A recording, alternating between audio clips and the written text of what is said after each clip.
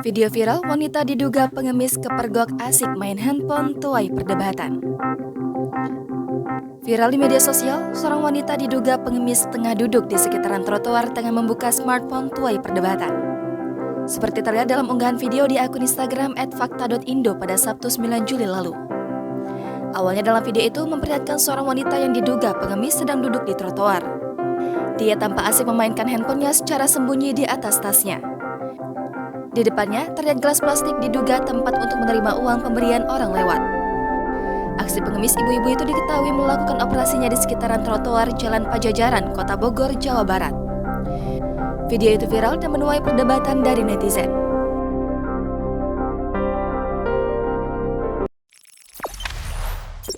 Jangan lupa subscribe, share, komen, dan like ya!